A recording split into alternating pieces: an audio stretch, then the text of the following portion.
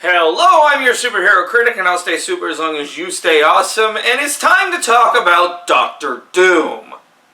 Everyone knows about Doctor Doom now being played by Robert Downey Jr. in the upcoming Avengers Doomsday movie.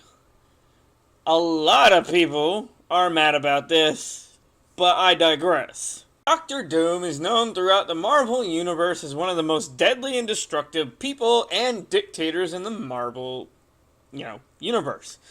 And how they have gotten him wrong in film 4 freaking times is frustrating to say the least.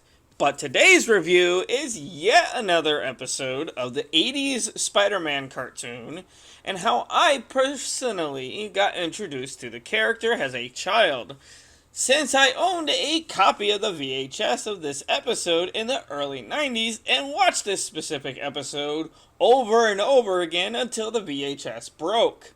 So with that being said, let's dive into my favorite episode of the 80's Spider-Man cartoon, Doctor Doom, Master of the World.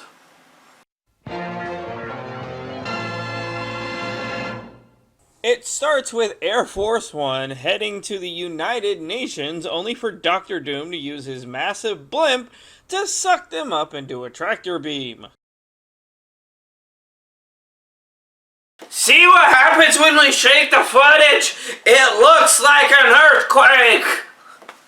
Peter, of course, is waiting for pictures when he learns that the plane is actually late, so he jumps into action. Good old spider webbing. The next best... Yeah, but I don't think I would want webbing in my bra. Or my panties, for that matter. Spidey investigates the airport security and learns that the plane's last whereabouts was in Jersey City, so he tries to find a plane only to find what I believe would be today's equivalent of a tinfoil hat conspiracy theorist, but he decides to help for a specific fee. How much? Gonna cost you $20 an hour. 20 bucks.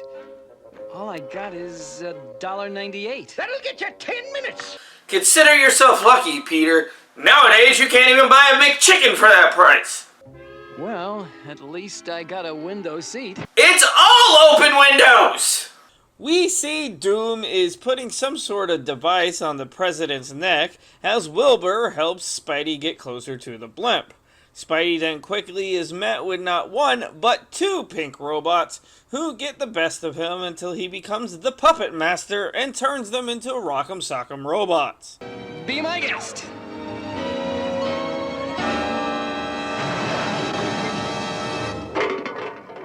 With the president safe, Spidey snaps some pictures, he dips. Doctor Doom.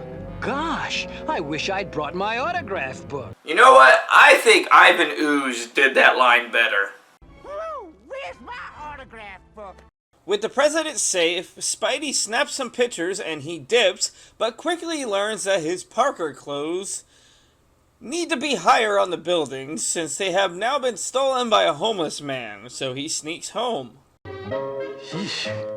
I wonder how many other superheroes have had to wait for that. Probably no one! Doom exposits his plan as he sends a flying robot to take care of Spidey on his way to work. The robot gives Spidey a hard time, destroying a tower, trapping him against a wall, and jamming his shooter, but eventually our hero prevails and sends him packing.